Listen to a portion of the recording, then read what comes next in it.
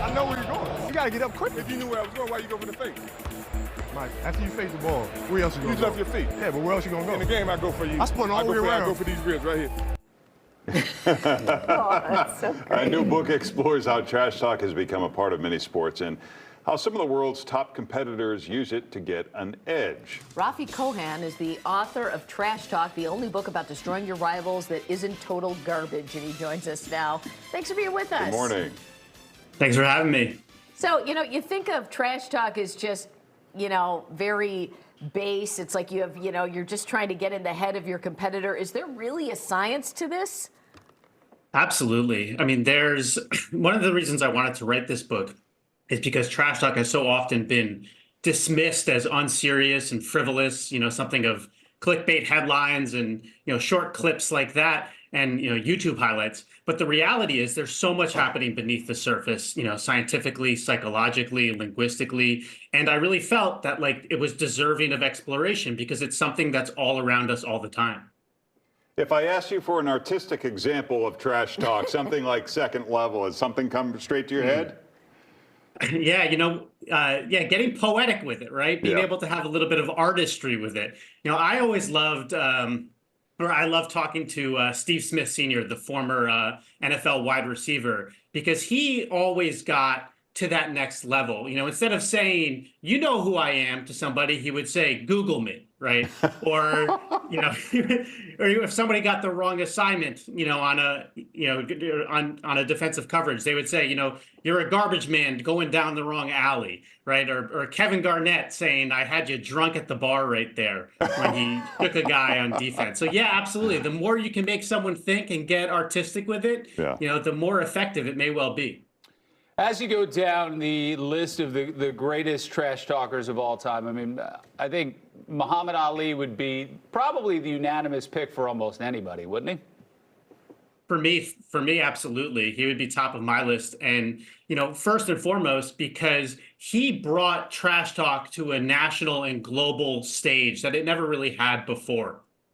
But even more than that, he demonstrated almost every functionality that trash talk has, from self-promotion and marketing and selling a fight to getting inside of an opponent's head to self-motivation. So it's not just that he was the greatest, and he told us that he was the greatest, but he also showed us all the ways that trash talk can really be effective.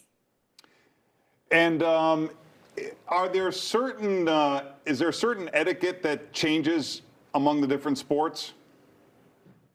There's always standards, right? I mean, there's always norms and standards by which behavior is judged.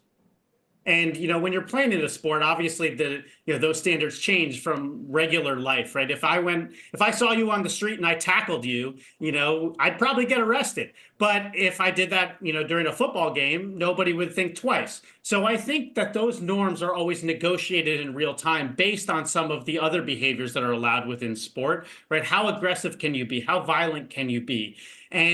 And then where do folks draw the line, right? Where does someone get upset? Where does someone throw a punch or throw a chair? So yeah, I think it's very context specific.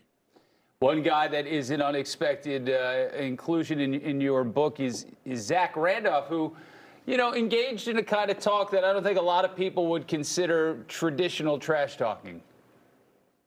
One of the best and most effective ways to be a trash talker, and this is why I make the case that to be a good trash talker, you really need to know how it works, is to be unexpected, to say something that nobody sees coming.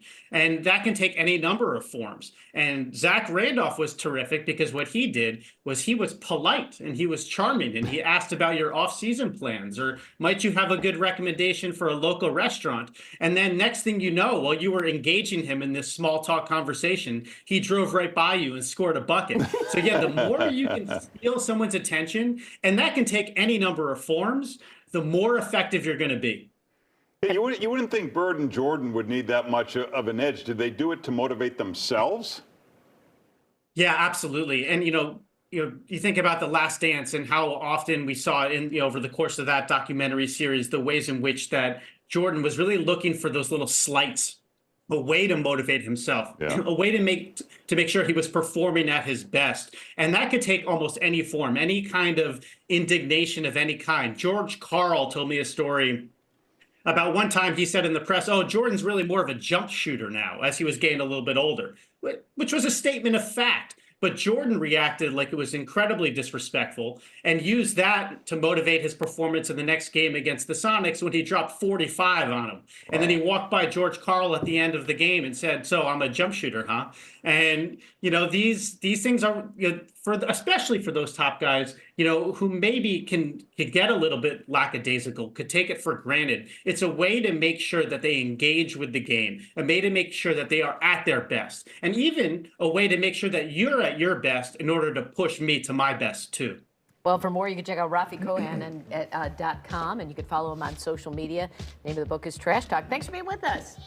Thanks for having me. Thank you.